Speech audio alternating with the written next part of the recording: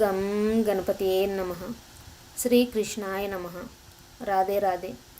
ఈరోజు వీడియోలో మనము భగవద్గీతలోని 2వ అధ్యాయము సాంఖ్యయోగము నుంచి 12వ శ్లోకము చూద్దాము. నత్వేవాహం జాతు నాసం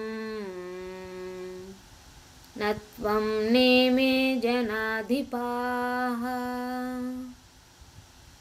నచైవ న భవిష్యామః సర్వే వయమతః పరం. ఇప్పుడు ఈ శ్లోకం యొక్క అర్థాన్ని చూద్దాము.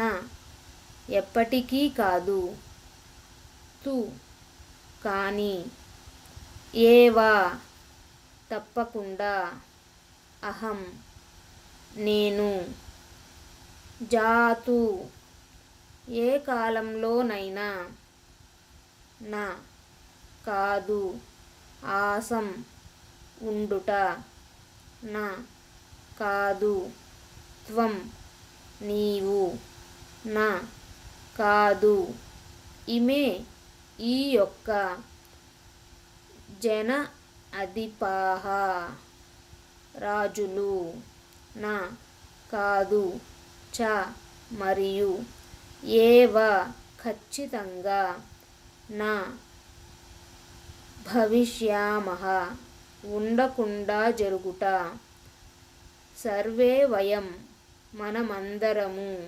అతః ఇప్పటి నుండి, పరం తరువాత. ఇప్పుడు ఈ శ్లోకం యొక్క పూర్తి అర్థాన్ని చూద్దాము. నేను కానీ, నీవు కానీ, ఈ రాజులందరూ కానీ లేని సమయము లేదు. ఇక ముందు కూడా మనము ఉండకుండా ఉండము.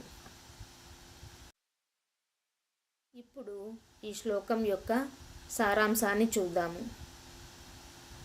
డెల్ఫీలోని అపోలో ఆలయం ద్వారంపై జ్ఞోతి స్ఫుటోన్ అంటే నిన్ను నువ్వు తెలుసుకో అనే పదాలు చెక్కబడి ఉన్నాయి. ఎథెన్స్కు చెందిన పెద్ద మనిషి మరియు పండితుడు సోక్రటీస్ కూడా ప్రజలను వారి ఆత్మతత్వం గురించి విచారించమని ప్రోత్సహించేవాడు.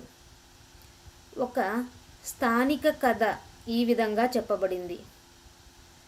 ఒకసారి సోక్రటీస్ గాఢమైన తత్వ విచారణలో మునిగి వీధిలో నడుస్తుండగా ఒక వ్యక్తిని అనుకోకుండా ఢీకొన్నాడు.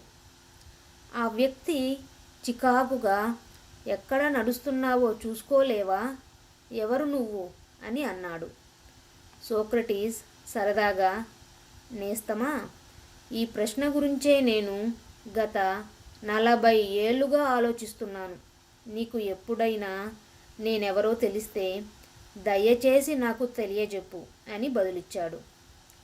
వైదిక సాంప్రదాయంలో దివ్య జ్ఞానం ఎప్పుడైనా బోధించబడితే సాధారణంగా అది ఆత్మజ్ఞానంతో మొదలవుతుంది. సోక్రటీస్కి ప్రత్యేకంగా అనిపించి ఉండే ఈ విషయంతో శ్రీకృష్ణుడు కూడా భగవద్గీతలో అదే పద్ధతిని అనుసరించాడు. నేను అని మనం భావించేది నిజానికి ఆత్మ అని, ఈ భౌతిక శరీరం కాదని, భగవంతుడి వలె సనాతనమైనదని శ్రీకృష్ణుడు ఉపదేశాన్ని ప్రారంభిస్తాడు. శ్వేతాశ్వతర ఉపనిషత్తు ఈ విధంగా పేర్కొంటుంది. అందులో 1వ అధ్యాయం 9వ శ్లోకంలో ఇలా చెప్పబడింది.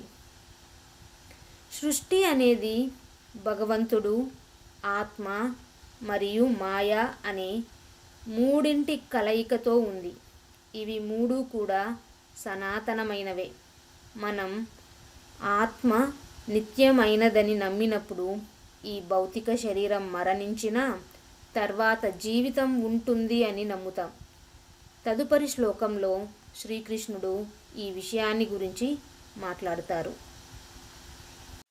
ఇంతటితో ఈ వీడియోని ముగిస్తూ మరొక వీడియోలో 2వ అధ్యాయం నుంచి 13వ శ్లోకంతో మళ్ళీ కలుద్దాము. ధన్యవాదాలు.